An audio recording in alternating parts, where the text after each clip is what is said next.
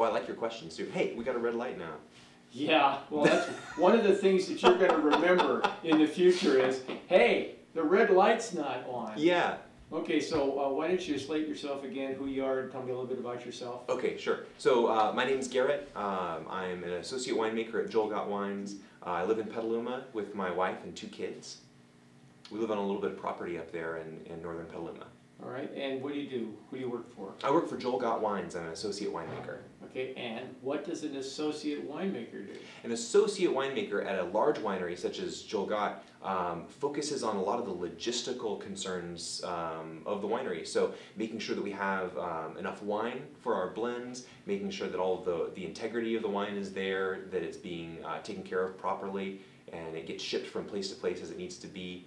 I communicate a lot with Trinchero Family Estates, who's our corporate partner in winemaking, to make sure that we're meeting the quotas and volume that they need to make. So a lot of logistics. A lot of logistics, man. Okay, so one of the things we were talking about earlier was I was asking you what the hardest part of your job is. Yeah, okay. yeah. Well, one of the hardest parts of my job is the ego. All right. There's a lot of ego in winemaking. How does that manifest itself? Yeah, well, a good story that sort of talks about that is I was a production manager and associate winemaker for a very small custom crush location. Custom crush is when people have grapes and they want to make wine, but they don't have a winery, so they have to go somewhere. So they contract with me, in this case, for services to make the wine.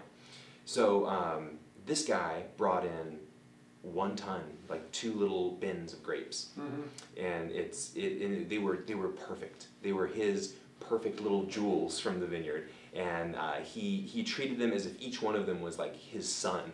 And he had us run them through the most gentle sort of destimming process and hand sort them all down to the bin. And then he wanted to do things that we hadn't really done for anybody else before, put fish tank heaters inside of his bin. You're telling me about fish tank heaters. Yeah. I mean, so you're kind of cooking the wine. Well, kind of cooking the wine. You know, the wine comes in, the grapes come in cold from the vineyard. And then what this particular guy wanted to do, because he also had the best method for producing wine, as everybody really did there, where he would bring it in cold, he'd put the fish tank heaters in, and then he would turn them on to get the grapes very warm, very fast, and then start the fermentation process, so the yeast and bacteria in there would be really happy and make the best wine. Sure. Now that can go wrong though. We had a guy once who put a bunch of fish tank heaters inside of a barrel that he had filled with grapes, and that was not such a good idea, mainly because the fish tank heater that he used was really old. But we came back in the morning and the air just, this acrid smell of like electrical burning and grape burning all just mixed together, and it was terrible. So how do you handle, what particular techniques do you use when you have somebody that comes in let's say his relationship with his grapes is not strictly professional? Yeah. Well, we had quite a few of those. Yeah. So what do you do? How do you handle that? Well, how do you handle it? A lot of times I had them do their own work. So I would say, oh, sure, you want this extra thing done? You want to go like hand massage your grapes? You can do that. That's great. I'll make that space and time available for you to go in to go and massage your grapes, or get it, take off your pants and get in the tank and squish it yourself. So what do you like best about your job? Oh, one of the things that I love the best about my job is that every bottling, every time that we put the finished wine into a bottle, it's like a time capsule from that vintage. Going back and tasting through the vintages that I've made, each one sort of tells a unique story. You were talking about the story. How does what tools, what elements does a wine have to tell its story?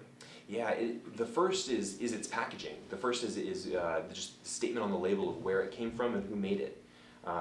The next one is the color and the aromas, that all link to sense memories.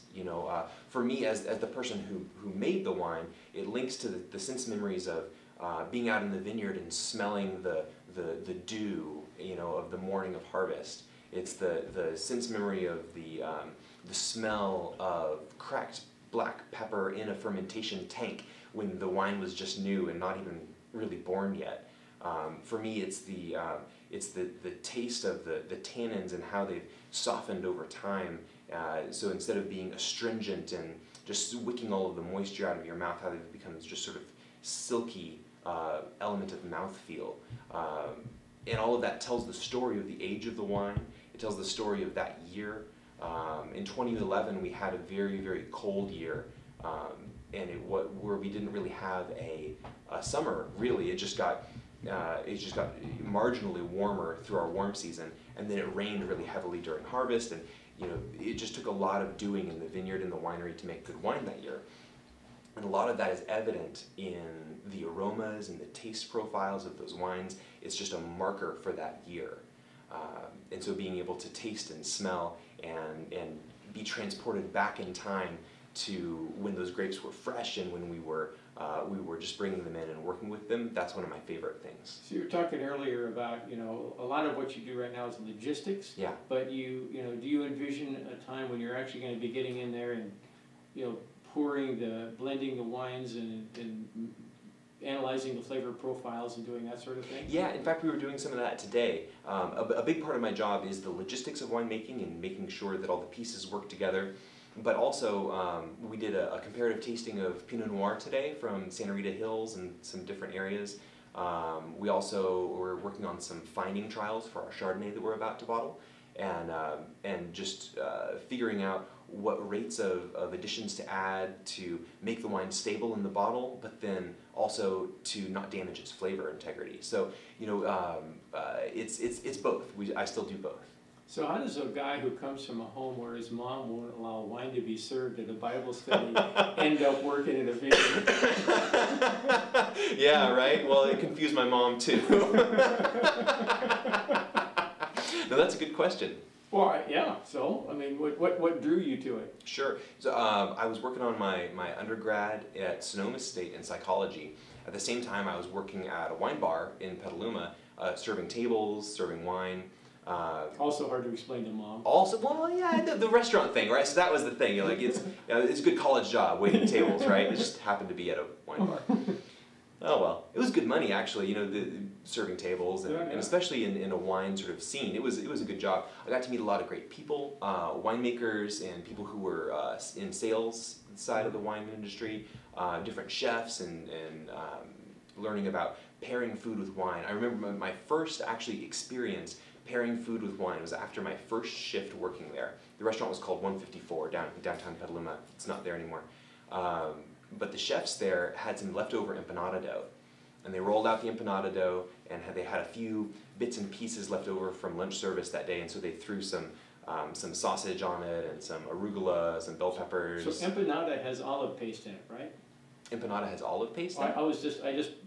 That was actually a crossword puzzle answer, so I could be wrong. But what is empanada dough? Oh, sure. So empanada dough, are you familiar with the empanada that's the Argentinian specialty? So it's this dough. The dough has not got the olive paste. Empanada itself has crushed olives in it. Tapenade, maybe? Tapenade is like chopped up olives and olive oil and maybe some vinegary sort of. That's why we're having a food consultant for this.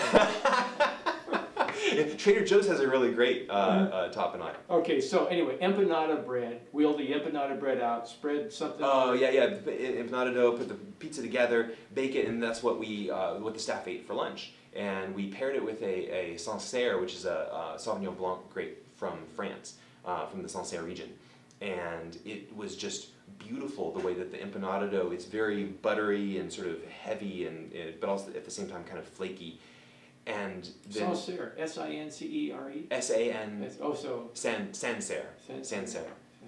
Okay, anyway. And so just how rich and mouth-filling the pizza was, and then how light and acidic and refreshing that Sancerre was just it opened my eyes to say, like, this liquid can actually enhance the food that I'm eating.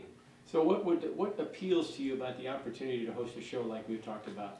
Sure. I really enjoy talking with people about food and about what they do. I think I relate to people really well, and I love meeting new people in new situations.